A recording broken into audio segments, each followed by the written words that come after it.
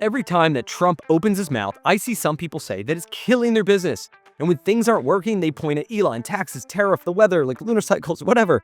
But why do some people thrive in the same environment to build extraordinary things? It's because they play by a different set of rules, and this is how they do it. It all starts with focusing on the things that you can control or influence and ignore everything else. Start by identifying first principles of your business. These are the fundamental truths with all the fluff stripped away.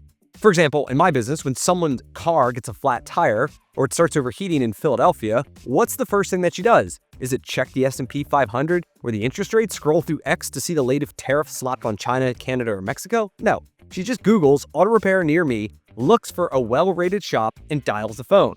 Hopefully, she's calling one of my 33 auto repair franchises.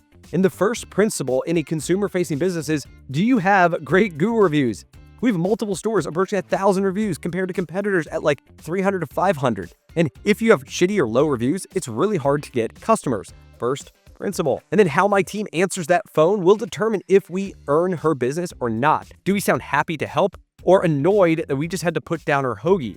Are we going to give her peace of mind that we're going to figure it out, or anxiety by describing worst case scenarios? Like, mastering the phones is a first principle in my business. Next, you want to focus on solutions, not problems. So I acknowledge that things are more expensive for everyone due to inflation, tariffs, and interest rates. But instead of complaining that customers can't afford services, focus on solutions. And lowering our prices is not viable. It is what it is, but I can control affordability. We have multiple buy now, pay later programs to help customers get work done and pay over time.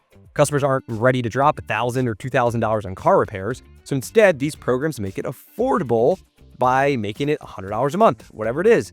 I get paid right away. It's all good for the customers. Everybody wins. So payment plans can be a differentiator if your competitors don't offer it or just don't utilize it well. Next, we're going to look to right-size our team. So in most successful businesses, it's 80% based on the quality of your team, which is 100% within your control and my control. Hiring, trading, holding people accountable, those are the keys to success that we really need to focus on.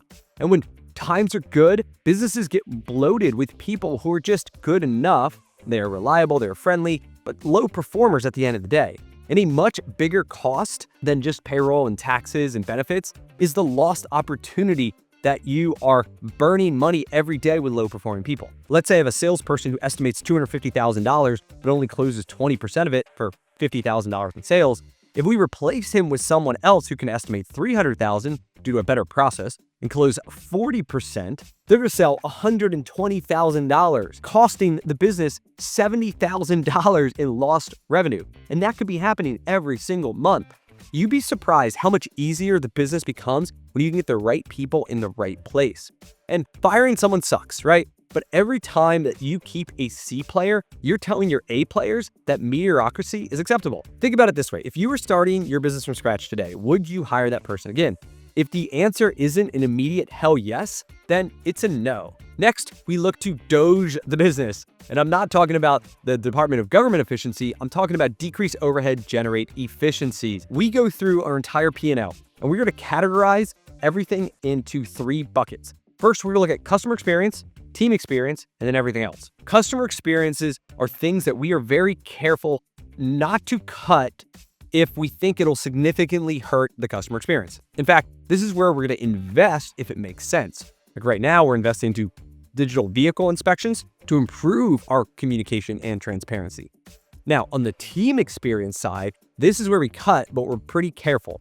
And we found that the more difficult we make it to purchase non-essential supplies, the less money we spend. Unfortunately, employees often treat the company money like it's free and it grows on some tree somewhere. And, I'll show up a store and there's like literally 52 unused yellow highlighters in a drawer because the manager decided that it was a good idea to buy a new pack every week. So now what we do is centralize supply purchases to go through a single person, which makes it difficult versus just clicking a button and getting what you need. And the harder you make it for people to buy stuff, the less stuff they buy, the more money you save. And finally, everything else. So this is where you just need to be absolutely ruthless. We renegotiated our internet bill. We saved like 25 grand, electricity rates, another 20,000, trash service, another 4,000. We canceled a vendor who would commonly have a bait and switch pricing model to show us something like cheap, and then, a week or two later, it was a lot higher. We replaced it with Amazon Business, much more consistent. We had another vendor who would stop by our stores every week and just restocked every single item to the max. And all that is taking money out of our pockets that we need to have. And finally, we canceled low-performing marketing or redirected to better one. There are endless opportunities to cut costs while maintaining your standards. My business runs about a 12% net margin. And so for every $100,000 that I can save in expenses is equivalent to increasing the sales by $830,000. It's not Elon's fault. It's not Trump or tariffs.